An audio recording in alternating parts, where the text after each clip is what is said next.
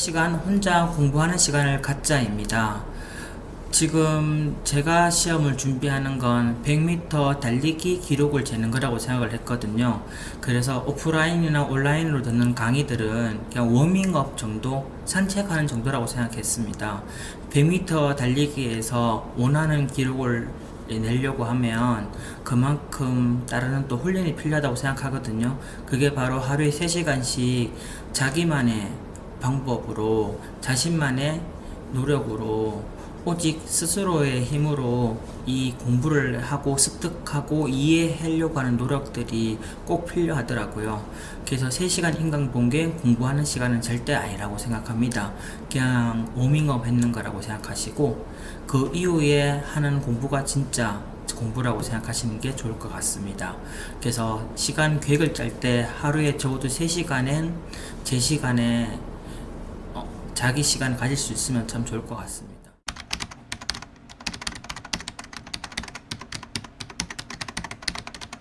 두 번째는 목차를 익혀서 자신이 공부하는 위치를 알자입니다.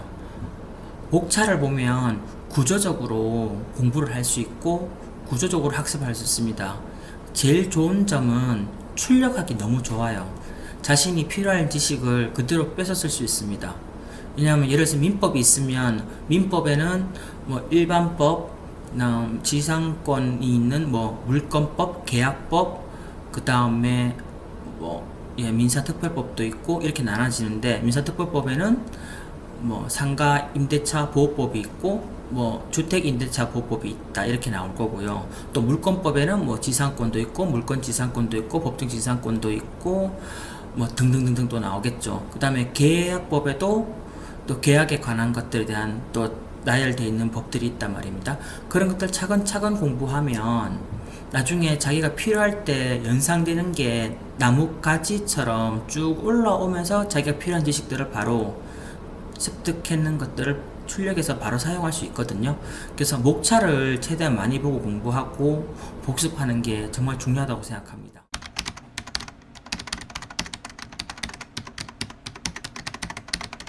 세 번째는 실전 문제 풀이 할 땐 꼭 커피숍 같은 약간 분위기가 산만한 곳에서 공부하고 풀이해보자입니다.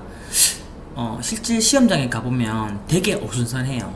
우리가 연습 문제 풀 때나 또 실전 문제라고 또는 모의고사 시험을 칠 때 대부분 다 보면 엄청나게 집중도를 높일 수 있는 엄숙한 시간을 가지거든요.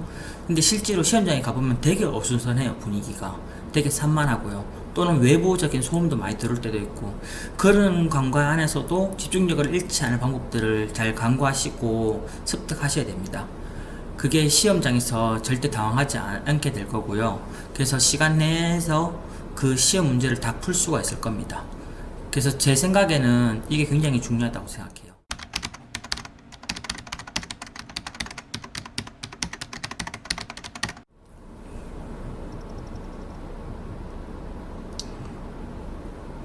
네 번째는 시험 2주 전까지 6과목을 하루에 다 볼 수 있는 분량을 지정해 놓고 공부하자입니다.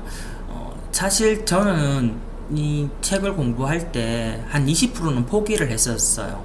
그냥 너무 어려운 건 포기를 하고 한 중이나 학급 문제는 무조건 다 맞춘다고 생각했어요.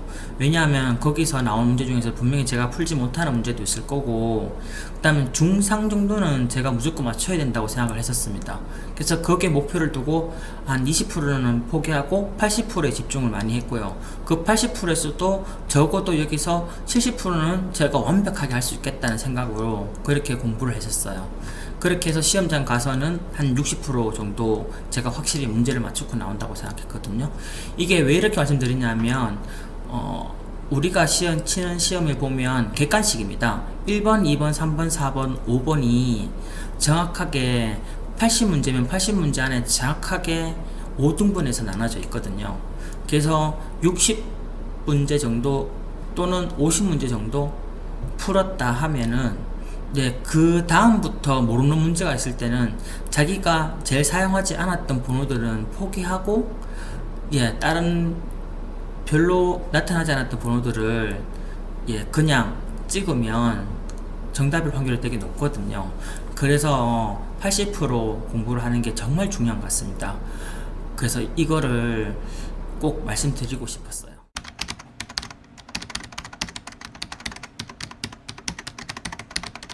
다섯 번째는 오해도법을 활용하자입니다. 오해도법은 제가 다니는 병원의 원장님께 여쭈어봤을 때 공부를 이렇게 하라고 말씀해 주신 거거든요. 1회 때랑 2회 때는 처음부터 끝까지 다 읽어보라고 말씀을 하시더라고요. 왜냐하면 나무가 얼마나 큰지 알아야 되니까. 세 번째부터는 꼼꼼히 읽어보는 거예요. 예, 네 번째부터 더 꼼꼼히. 다섯 번째는 확실하게 한 개도 빠짐없이 꼼꼼히 읽어보고, 그 다음에 시험장 가기 전까지 하루 정도 만에 볼 수 있는 분량을 다 채워나가는 거예요. 예, 그렇게 6과목을 다 채워가지고 그날 아침에 가서도 잠깐 볼 수 있을 만큼, 네, 그렇게 내용 정리해서 가시면 쉽게 정리될 것이고, 또 구조적으로 어느 정도 이해가 되어 있는 상태니까 시험을 치르는 동안에 좀 약간 당황하고 떨리는 부분들은 많이 줄어드실 거예요. 완전 전혀 생판 모르는 문제도 나올 때도 있거든요. 그러니까 그런 부분들을 최대한 배제하고 집중력을 높이기 위해서 훈련한다 생각하시고 이 오해도법도 사용해 보시면 되게 좋을 것 같습니다.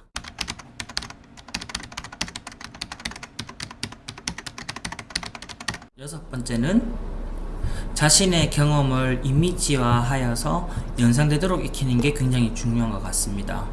사실 공인중개사 시험 칠 때 제가 제일 어려웠던 부분이 단어가 너무 어려웠어요.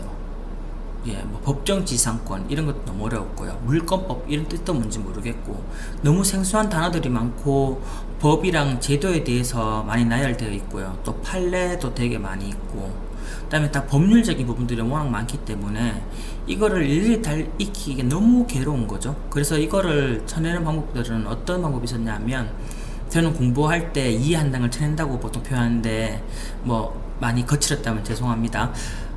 이렇게 했는 이유는 딱 한 가지밖에 없어요. 근데 제 경험을 비춰서 연상화 시키면 절대 까먹질 않더라고요. 예. 그래서 무조건 암기하기 위한 노력보다는 제가 가지고 있는 기억을 가지고 연상시키려고 노력을 많이 했습니다. 이 부분도 제가 다니는 병원에 있는 교수님한테 들었던 얘기인데요. 오해도법과 이미지 연상하는 거, 즉 제 경험을 통하여서 이런 것들은 정말 기라성 같은 뭐 의사 선생님들께서 공부의 달인이지 않겠습니까? 들었던 공부법을 듣고 터득했고 그걸 가지고 활용했는데 굉장히 도움이 많이 됐거든요. 여러분들도 꼭 도움이 많이 되셨으면 좋겠습니다.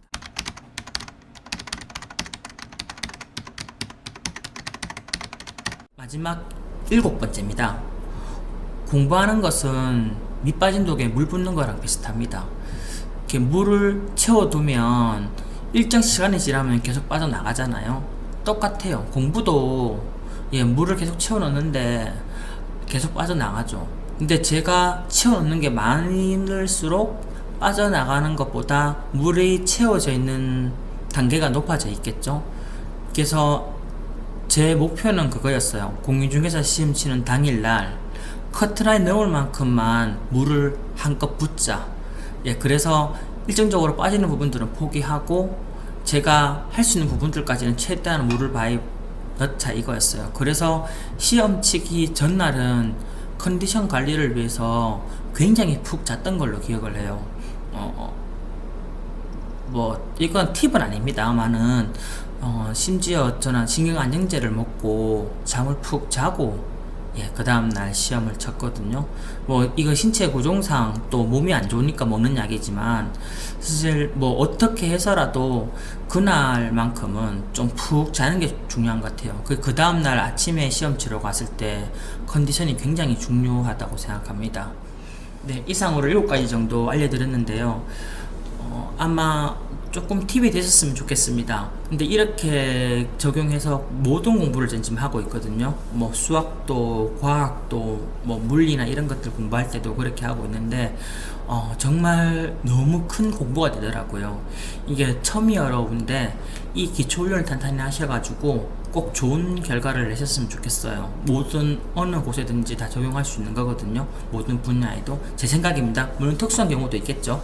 특수한 경우 이외에는 웬만하면 다 적용될 수 있을 거고, 그렇게 공부하시면 뭐 원하신 거, 뜻하신 거 충분히 다 감수할 수 있을 거라고 생각을 하고, 항상 시험은 누구와 경쟁 상대에 대해서 비교하기보다는 자기 자신을 먼저 돌아보는 게 제일 중요한 것 같아요.